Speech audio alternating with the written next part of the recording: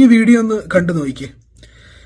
ഇതൊരു എന്താ പറയുന്നത്, ഈ ഒരു പെൺകുട്ടിയുടെ മാത്രമല്ല, ഒരുപാട് പെൺകുട്ടികളുടെ കഥയാണ് ഈ പെൺകുട്ടി ഇപ്പോൾ പറയുന്നത്.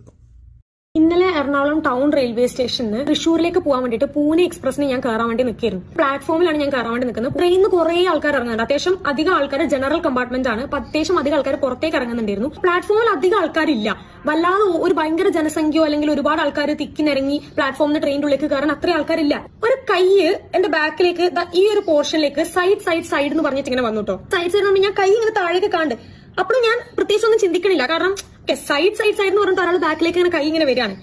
അപ്പൊ ഈ കൈ ഇങ്ങനെ സൈഡ് വരുന്നതും ആൾ എന്റെ ബ്രസ്റ്റിലേക്ക് കയറി പ്രസ് ചെയ്ത് പിടിക്കുന്നതും ഒപ്പായിരുന്നു. പിടിച്ചപ്പോഴത്തേക്ക് ഞാൻ ഈ കൈ വെച്ച് ഞാൻ ആളെ ഞാൻ പിടിച്ചിട്ട് ഞാൻ കൈ ഇങ്ങനെ തിരിച്ച് ഞാൻ ആളെ ബാക്കിലേക്ക് നിർത്തി. എന്നിട്ട് ഞാൻ നല്ല സൗണ്ട് ഉണ്ടാക്കി. എന്താ തോന്നിയ ദിവസം കാട്ടിയെന്ന് വെച്ചാൽ ഞാൻ നല്ല സൗണ്ട്. ഞാൻ ആ വീഡിയോ ഇപ്പൊ ഞാൻ കാണിക്കാട്ടോ.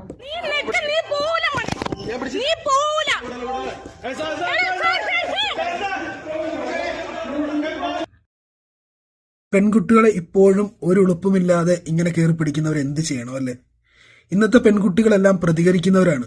അത് ഇനിയെങ്കിലും മനസ്സിലാക്കുക എന്നുള്ളതാണ് എല്ലാവരും. ഇത്രയും സോഷ്യൽ മീഡിയ സജീവമായ കാലത്തും ഇത്തരത്തിൽ പിടിച്ചു കഴിഞ്ഞാൽ കുഴപ്പമില്ല എന്ന് വിചാരിക്കുന്നതുകൊണ്ടാണല്ലോ ഇവർ വീണ്ടും കയറി പിടിക്കാൻ ശ്രമിക്കുന്നത്.